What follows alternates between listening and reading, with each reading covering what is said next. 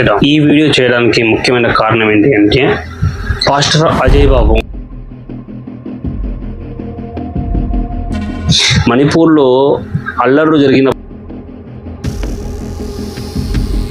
ఇప్పుడు శ్రీకృష్ణుడు ఎలా చనిపోయాడు అన్నప్పుడు ఒక బోయేవాడు బాణం వేసినప్పుడు ఆ బొటన వేలకు అరికాలలో ఉంటే కంటికి ఆ బాణం తగిలి శ్రీకృష్ణుడు చనిపోయాడు, అక్కడతో అవతారం ముగించబడింది అని అంటారు. బైబిల్ ఆది కాండం నుంచి ప్రకటన గ్రంథం వరకు వివరించుకోపోతే ఖచ్చితంగా క్రిస్టియన్స్ ఎవరు ఉండరు అని వాళ్ళకి తెలుసు. ఇప్పుడు మీరు ఎలా చెప్పొచ్చు అంటే మరణించకుండా వ్యక్తి అంతర్ధానమై వెళ్ళిపోయినా శరీరంతోనే అతను పైకి వెళ్ళిపోయి ఉన్నా మీరు చెప్పే మాటలన్నీ నేను వింటాను, కానీ అక్కడ మనిషి చచ్చిపోయాడు. ఆ వ్యక్తి శరీరంతో పైకి వెళ్ళిపోయినా శరీరంగా అంతర్ధానమైన వింటాను కానీ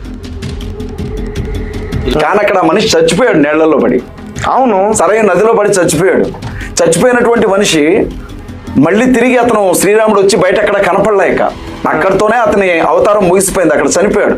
చనిపోయిన వ్యక్తికి జోహార్ చెప్పకపోతే ఏం చెప్తారు? అయినా నేను ఇంకో విషయం చెప్తాను. రాముడు సరైన నది తీరంలో పడి చనిపోయాడు.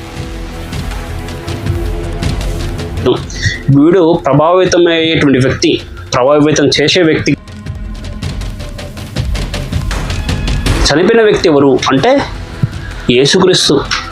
యేసుక్రీస్తు చనిపోవడం కంటే ముందు నాకు సిలువేస్తారు, నన్ను చంపేస్తారు అని చెప్పేసి యేసుక్రీస్తు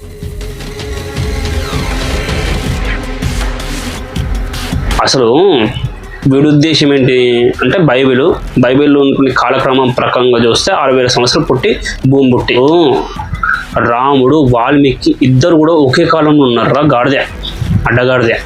అప్పుడు నువ్వు లేవు నేను లేను, మీ అమ్మ లేదు మా అమ్మ లేదు, మీ నాన్న లేదు మా నాన్న లేదు, మా తాత లేడు మీ తాత లేడు అని చెప్పేసి అంటున్నాడు.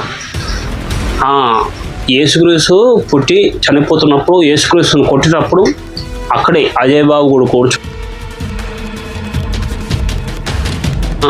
మొట్టమొదటి మానవుని యొక్క శిలాజం ఎప్పుడు దొరికిందంటే 40 లక్షల సంవత్సరాల క్రితం నుంచి 70 లక్షల సంవత్సరాల భారతదేశంలో ఎప్పటి నుంచి నాగరికత ఉన్నది